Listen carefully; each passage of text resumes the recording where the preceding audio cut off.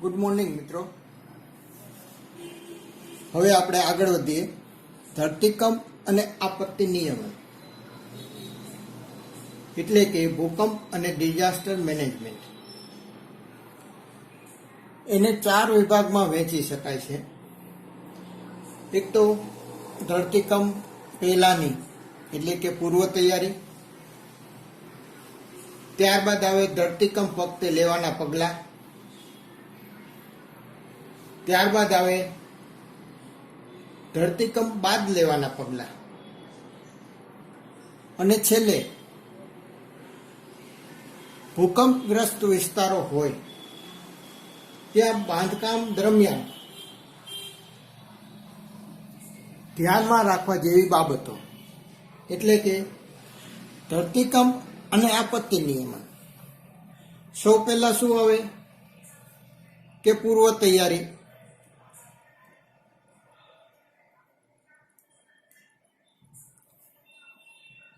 ત્યારબાદ આવે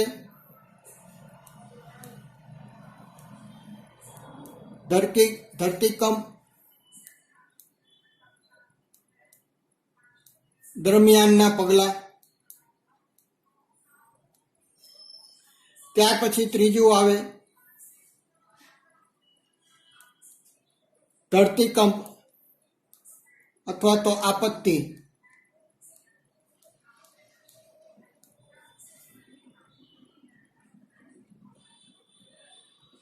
બાદના પગલાં, અને અંતમાં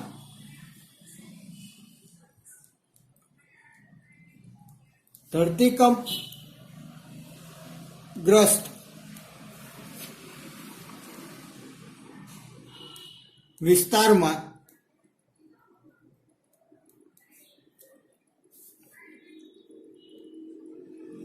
બાંધકામ દરમિયાન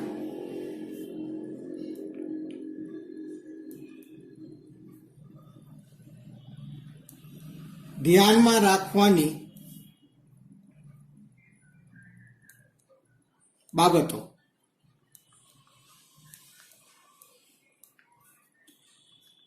તો સૌ પહેલા આપણે જોઈએ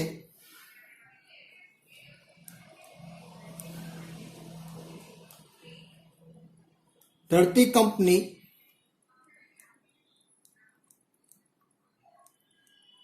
પૂર્વ તૈયારી।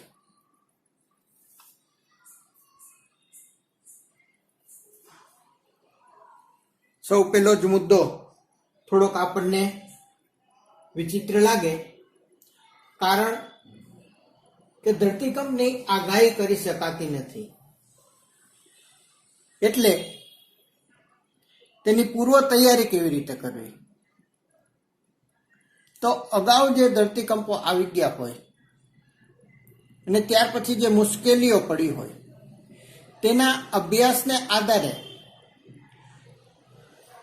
થોડુંક નક્કી કરી શકાય કે ધરતીકંપ ધારો કે આવે તો એ આવે એ પહેલા આપણે શું ધ્યાન રાખવું। તો સામાન્ય રીતે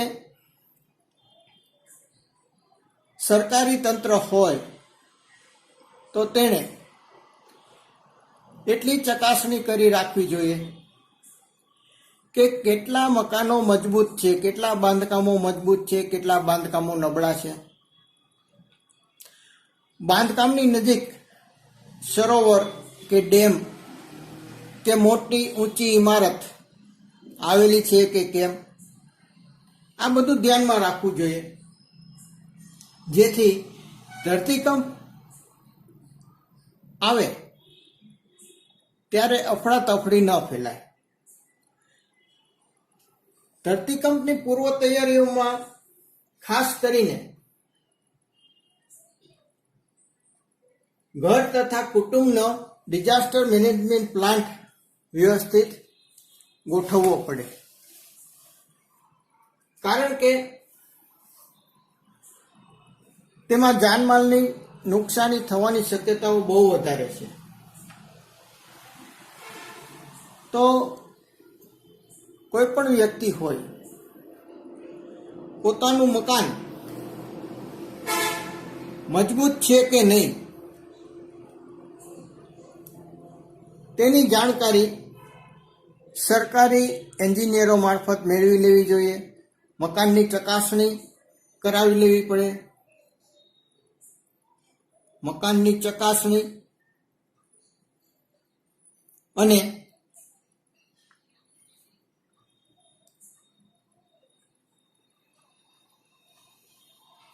મજબૂતાઈની ચકાસણી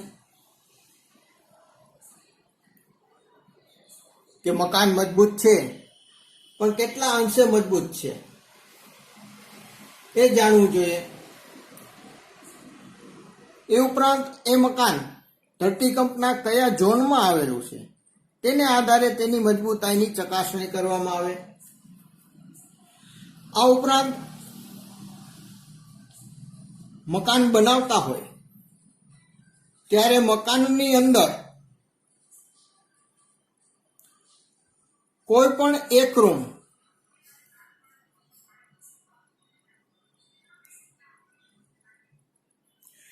એવો રાખવો જોઈએ કે ધરતીકંપ દરમિયાન તે સલામતી પૂરી પાડે. બાકીનું બાંધકામ ધારો કે નબળું હોય તો એક રૂમ વધારે બનાવીને ચણીને એવો બનાવવાનો કે ધરતીકંપ દરમિયાન આપણને તેમાં સલામતી મળે. આ ઉપરાંત મકાનની અંદર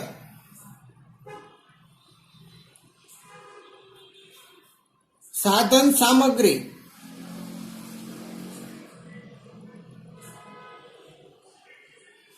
છૂટી રાખવાને બદલે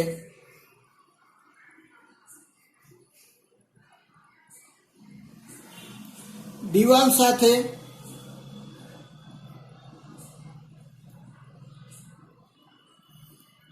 જકડાયેલી રહે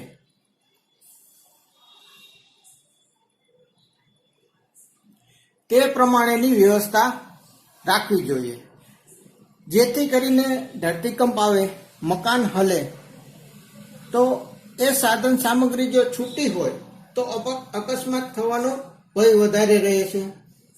અથવા તો અભેરાઈ ઉપર વજનદાર વસ્તુ રાખેલી હોય અને ધરતીકંપ દરમિયાન હલનચલનથી આપણા ઉપર પડે, આપણા શરીરના કોઈ અંગ ઉપર પડે તો પણ આપણને નુકસાન થવાની શક્યતા વધારે રહેલી છે. આ ઉપરાંત મકાનમાંથી ઝડપથી અને સરળતાથી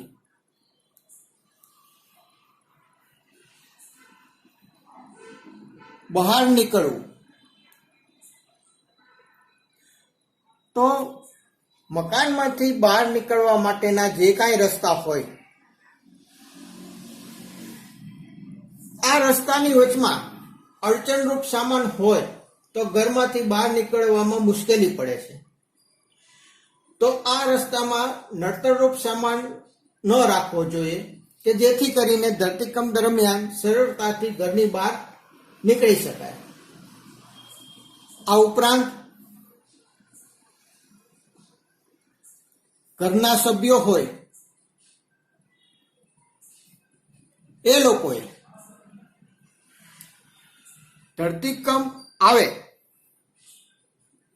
તો શું કરવું અને ત્યારે કરવા પડતા કામોની વહેંચણી કરી લેવી જોઈએ. કે ઘરમાં 3 થી 4 વ્યક્તિઓ હોય અને ધરતીકંપ વખતે હેપતાઈ જાય અને બધા એક જ સરખું કામ કરે તો બાકીના કામ અધૂરા રહે. એના કરતાં કામની વહેંચણી કરી લેવી જોઈએ. દાખલા તરીકે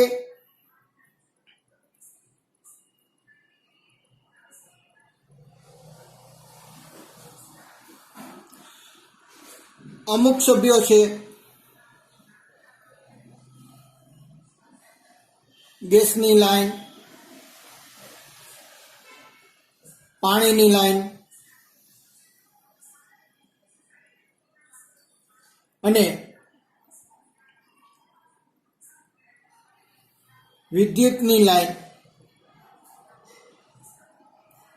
બંધ કરે, એટલે કે ગેસ પાઇપલાઇન દ્વારા આવતો હોય તો એનો મેન્યુઅલ બંધ કરે, અથવા તો સિલિન્ડર હોય તો એ સિલિન્ડરનો નોબ બંધ કરે. પાણીની લાઈન આવતી હોય તો એ પાણીનો મેન્યુઅલ હોય એ બંધ કરવાનો થાય. ઇલેક્ટ્રિકની સગવડતા હોય તો મેઇન સ્વિચ બંધ કરવાની થાય. તો આ કામ અમુક જણા કરે. આ જ પ્રમાણે ધરતીકંપ દરમિયાન ભાગવા કરવાની તે શક્યતાઓ રહેલી છે. તો અગાઉથી આપણે પ્રાથમિક સારવાર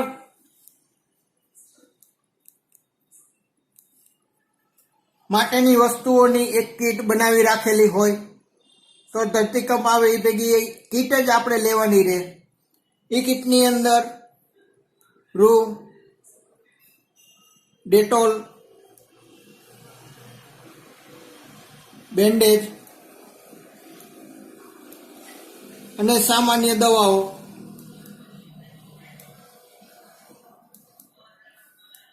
વગેરે વસ્તુની એક કીટ હોય તો એક વ્યક્તિ કીટ લઈ લે. આ ઉપરાંત ઘરમાં રોકડ રકમો પણ હોય, ઘરેણાં પણ હોય, અતિશય કિંમતી વસ્તુઓ પણ હોય.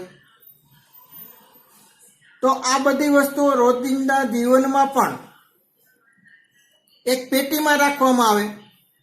કે દાખલા તરીકે ઘરેણાં છે,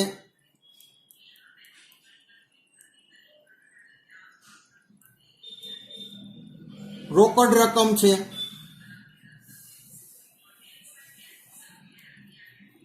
કિંમતી વસ્તુઓ છે,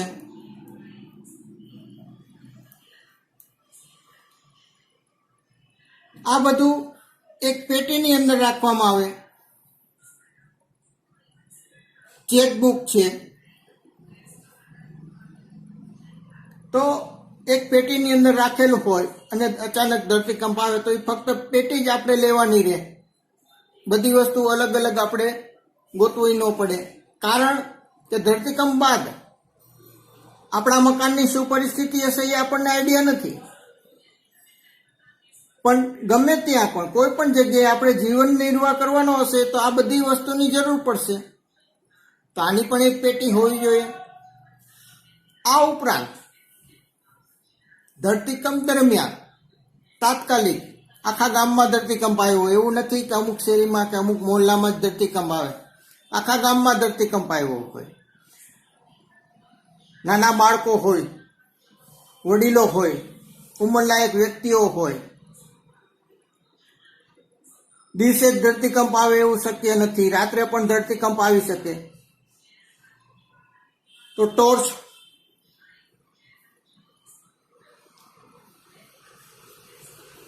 પછી પાવર બેંક,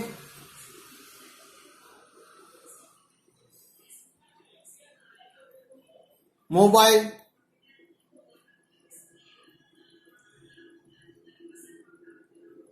પાણી અને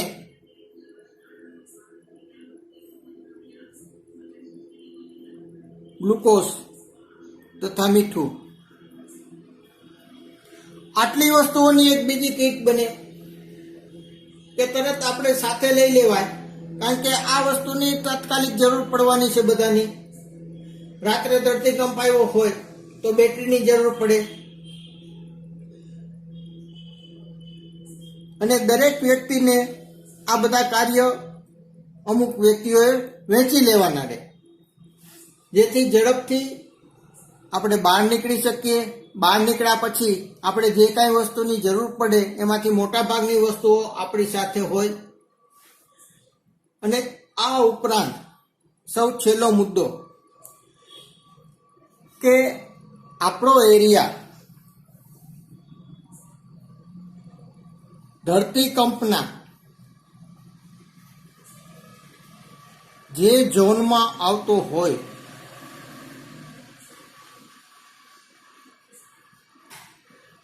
તેને અનુરૂપ મકાન તેમજ અન્ય કિંમતી વસ્તુઓનો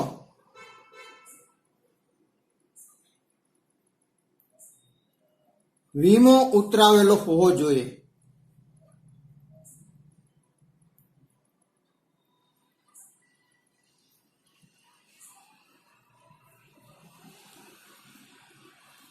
જો વીમો હોય તો આસાનીથી આપણે પુનઃવસન કરી શકીએ છીએ.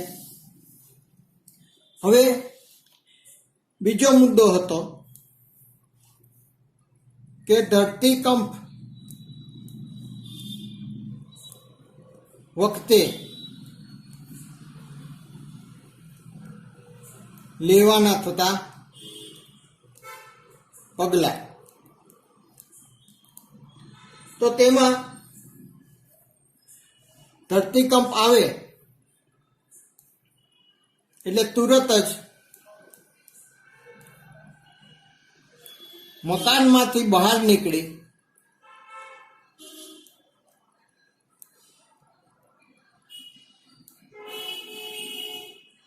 સપાટ મેદાન હોય અથવા તો ખુલ્લી જગ્યા હોય ત્યાં પહોંચી જવાનું રહે. કારણ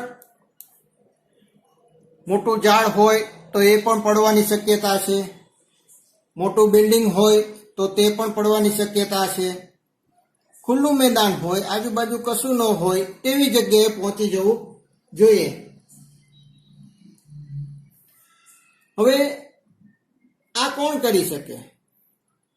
જે લોકો ટેનામેન્ટમાં રહેતા હોય તે લોકો.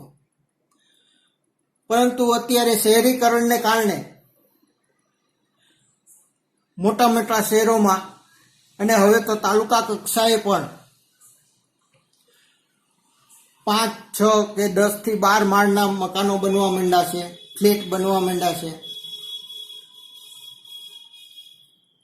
તો ટેનામેન્ટમાં રહેતા હોય એને બદલે જો ફ્લેટમાં રહેતા હોય તો એ આસાનીથી અથવા તો ઝડપથી મકાનની બહાર નીકળી શકતા નથી. તો એ લોકોએ શું કરવું? તો એ લોકોએ મજબૂત પલંગ અથવા તો મજબૂત ટેબલ એની નીચે છુપાઈ જવું જોઈએ અથવા તો બેસી જવું જોઈએ, જેથી કરીને ધારો કે ઉપરથી કાંઈ કશું પડે તો સૌ પહેલું આપણી ઉપર ન પડે, પણ આપણી ઉપર જે મજબૂત ફર્નિચર છે એની ઉપર પડે તો આપણને એની ઠોકર ઓછી લાગે. હવે ધારો કે આપણે ધરતીકંપ દરમિયાન મુસાફરી કરતા હોય અને તે દરમિયાન જો ધરતીકંપ આવે તો શું કરવું? તો મુસાફરી દરમિયાન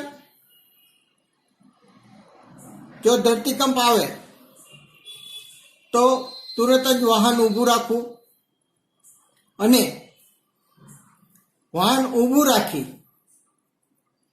વાહનની બહાર નીકળી જવું અને વાહનથી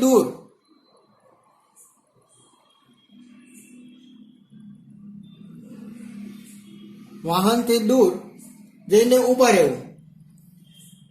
અને ખાસ ધ્યાન રાખવાનું કે આજુબાજુમાં ઝાડ, બીજા વાહનો, લાઇટના થાંભલા કે મકાન ન હોય એવી જગ્યાએ આપણે ઊભા રહેવાનું.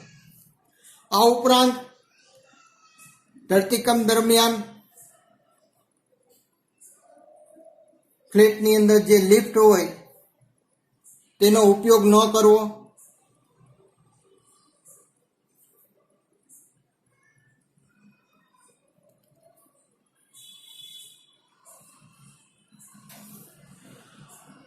હવે ધારો કે કોઈ પણ સંજોગોમાં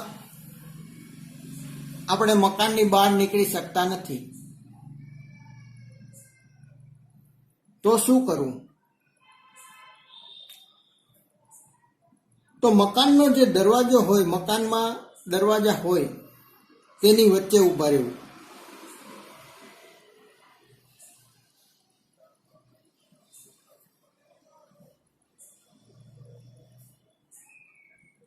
ભૂલથી પણ મકાનની બારી પાસે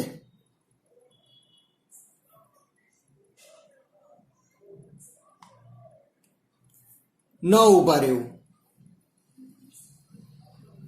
કારણ કે ધરતીકંપ કેટલો આવવાનો છે, કેટલા પ્રમાણમાં આવવાનો છે એ આપણને કશો જ આઈડિયા નથી. આવા સંજોગોમાં જો આપણે બારી પાસે ઊભા હોય તો કોઈ વખત એવું બને કે બારીમાંથી આપણે બહાર ફેંકાઈ જઈએ. આ ઉપરાંત ધરતીકંપ દરમિયાન મકાન હલતું હોય ત્યારે દાદરનો ઉપયોગ ભૂલથી પણ ન કરવો.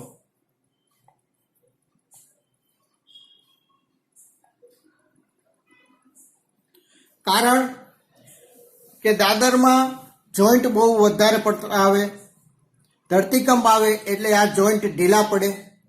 જોઈન્ટ ઢીલા પડવાને કારણે એ વજન ઓછું ખમી શકે, એની ક્ષમતા ઘટી જાય. અને જો દાદરા ઉપર વજન વધી જાય તો દાદરો તૂટી જવાનો છે અને આપણે દાદરાની સાથે ઉપરથી દાદરો તૂટતો આવતો હોય, આપણે નીચે હોય અને કાટમાળ આપણી ઉપર હોય, આવું બને. હવે આ થઈ ધરતીકંપ વખતે લેવાના થતા પગલાં. તો અત્યાર સુધીમાં ધરતીકંપ અને આપત્તિ નિયમન એટલે કે ધરતીકંપ અથવા તો ભૂકંપ અને ડિઝાસ્ટર મેનેજમેન્ટ, તેના 4 મુદ્દાઓ હતા. એક પૂર્વ તૈયારી એટલે કે ઘર તથા કુટુંબનો મેનેજમેન્ટ પ્લાન, અને બીજો મુદ્દો ધરતીકંપ વખતે લેવાના પગલાં, ત્રીજો મુદ્દો ધરતીકંપ બાદ લેવાના પગલાં, અને ચોથો મુદ્દો ભૂકંપગ્રસ્ત વિસ્તારના બાંધકામ દરમિયાન ધ્યાનમાં રાખવાની બાબતો. એમાંના 2 મુદ્દાઓ, સૌ પહેલો પૂર્વ તૈયારી એટલે કે ઘર તથા કુટુંબનો મેનેજમેન્ટ પ્લાન, અને બીજું ધરતીકંપ વખતે લેવાના પગલાં.